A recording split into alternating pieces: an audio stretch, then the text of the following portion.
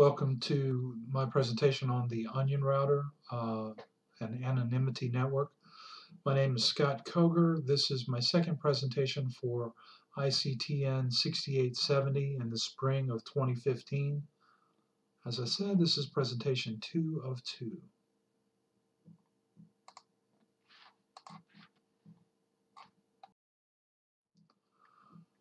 So what is Tor? It's a free software product that's designed for enabling anonymous communication. The project was originally named the Onion Router, thus the abbreviation Tor. Traffic is directed through a worldwide volunteer network of more than 6,000 relays. This anonymous routing through this network of relays effectively masks the user's traffic from both network surveillance and traffic analysis. It makes attribution difficult.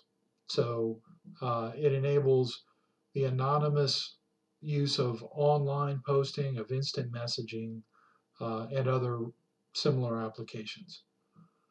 The use of those applications are made much more difficult to tie to an individual source IP address. So what is onion routing? Well, it's the application of encryption at the it's the use of encryption at the application layer of the OSI stack. Nested, and that encryption is nested like the layers of an onion. It effectively anonymizes the communications. It encrypts the original payload, including the destination IP address, and wraps that in multiple layers of encryption. Communication is sent through a virtual circuit comprised of successive, randomly selected members of that Tor volunteer network. Each relay decrypts a layer of encryption to reveal only the next relay in the circuit in order to pass the remaining encrypted data along the way. The final relay decrypts the innermost layer of the encryption and sends the original data along to its destination without ever revealing or even knowing the original source IP address. So why is this so effective? Well, each router in the Tor network only knows the source that sent the packet and the destination for the next hop. It has no visibility into the overall communications chain. So therefore, no single point in the communication chain can be de-anonymized through network surveillance, even if that server is compromised in some way. So a little history on the Tor network. It's based on research that was conducted for the U.S. Naval Research Laboratory back in the mid-1990s. A mathematician, Paul Syverson, and two computer scientists, Michael Reed and David Goldschlag, are credited with the initial research. The original purpose was to protect the online communications of the U.S. intelligence community. The Tor project was further developed by DARPA in 1997. The alpha version of the onion routing project was launched in September of 2002. Then in December of 2006, a 501c3 nonprofit was formed in Massachusetts, the Tor project, and it was registered as a research and education nonprofit. So since its inception, the Tor project has been both blessed and cursed. It's been praised for providing privacy and anonymity to vulnerable internet users such as political activists and democracy activists around the world. In 2010, it received the award for projects of social benefit from the Free Software Foundation. But then conversely, it's been cursed by security agencies and law enforcement. The U.S. National Security Agency has deemed it a critical threat to their mission and has called Tor the king of high security, low latency internet anonymity. In 2014, the Russian government offered a $111,000 contract to study the possibility of obtaining technical information about users and users' equipment on the Tor anonymous network. Tor continues to receive these mixed signals. As of 2012, 80% of the Tor project's $2 million annual budget came from the U.S. government. Some major contributors have been the U.S. State Department, the National Science Foundation, and then the Swedish government and a series of non-governmental organizations, as well as many individual citizens, have also provided the remaining 20% of their budget.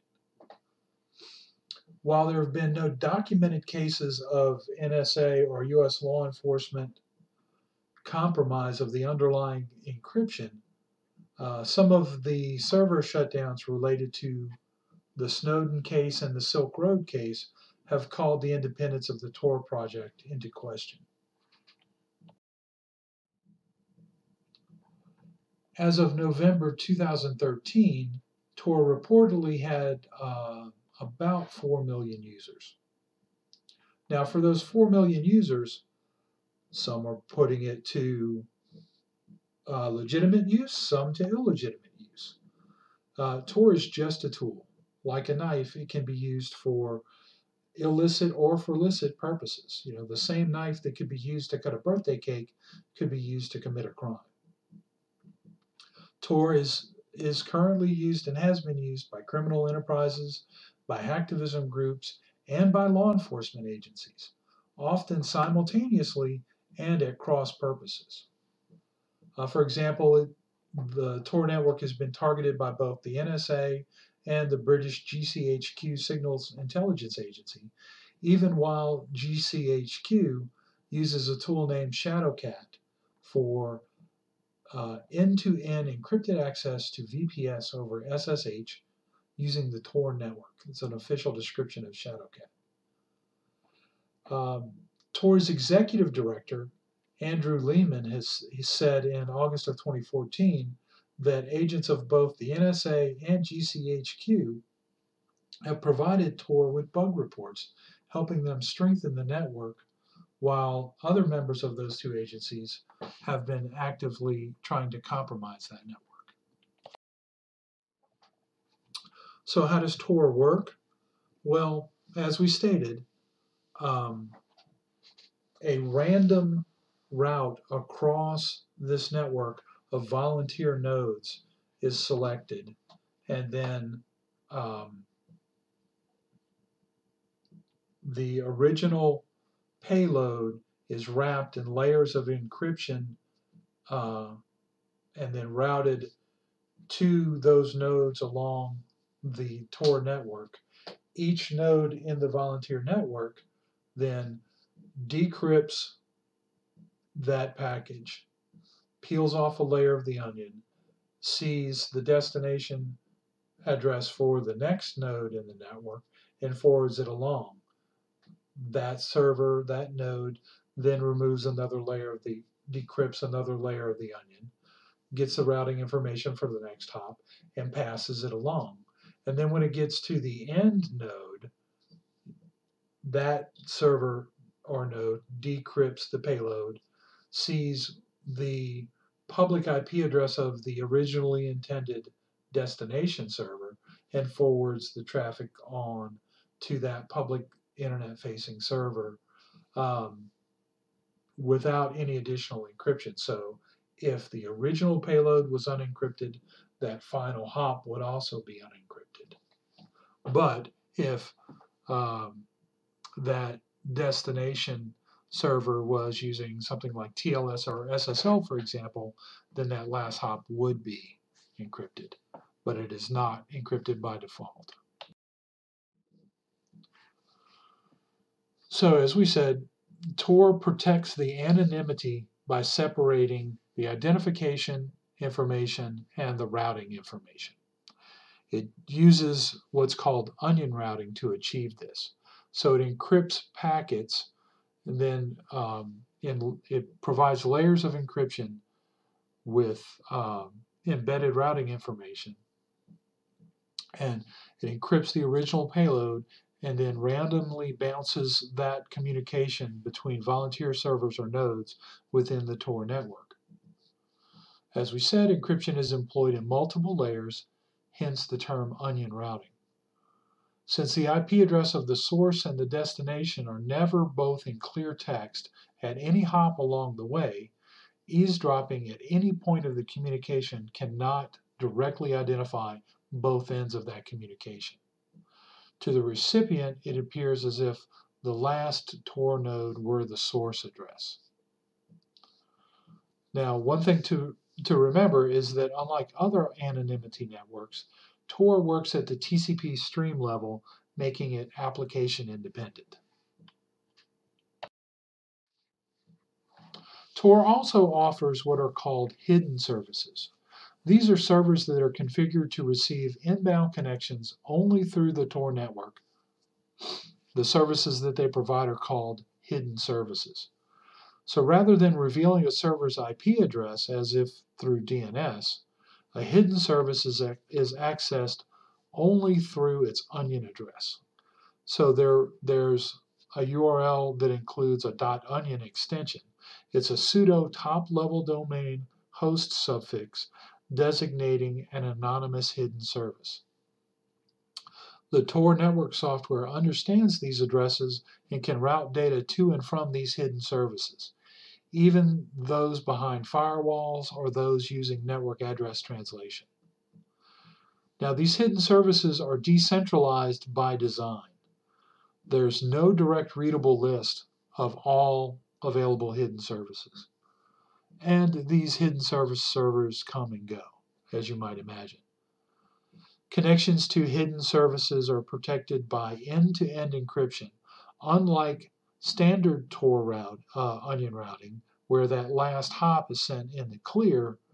For hidden services sessions, the traffic is encrypted end-to-end in that communication.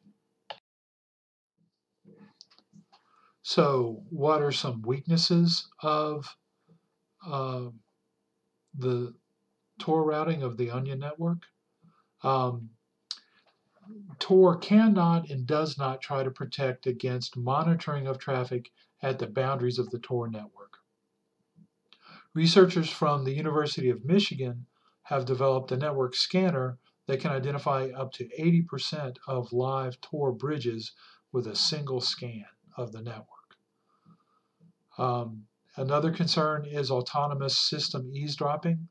If AS exists on both path segments, the inbound and the outbound, the client entry and the exit relay to the destination, statistical correlation of traffic can infer a link between the client and the destination. So if, for example, an observer was able to see all of the network from a particular ISP, the AT&T network, for example, heading toward a Tor server, and they could see all of the destination traffic coming out of servers on the AT&T network to public-facing IP addresses, there's some statistical correlation that could be done that could potentially map that source and that destination traffic together. Another weakness would be exit node eavesdropping. There's nothing to keep these agencies that want to see traffic from standing up their own exit node on the Tor network. Then they could see all traffic between that exit node and the intended destination servers. And that traffic could be sniffed without the use of, unless that traffic was using end-to-end encryption such as TLS.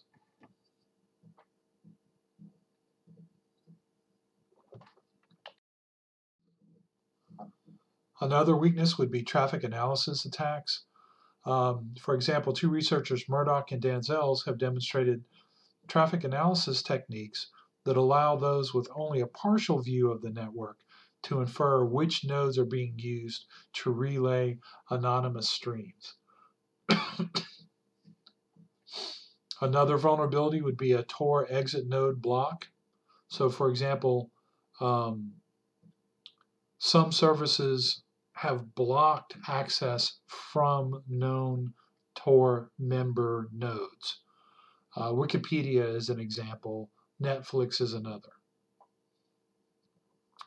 So you would configure your servers to not accept incoming connections from known Tor nodes. Another example would be a bad apple attack. This is a two-part attack. So first there has to be an exploit of an insecure application, for example, pop email, to reveal a source IP address. And then there's a subsequent attack against the Tor software to associate the use of a secure application with the IP address of a user.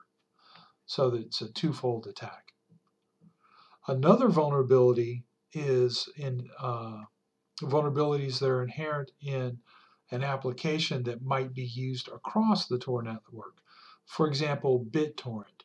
In about a third of control messages on the BitTorrent network, those messages contain the true source IP address of the client. It's not a flaw in the Tor networking software. It's an artifact peculiar to some BitTorrent client control messages. So there are many different implementations of software out there that leverage the Tor network. The premier among those is the Tor browser. It's available from the Tor project. It is, in essence, a modified version of Firefox. It's a modified Mozilla Firefox ESR browser. Views is a Tor-enabled BitTorrent client. And then there are instant messaging and chat programs like BitMessage and Tor Chat that leverage the Tor network. Those have been very popular with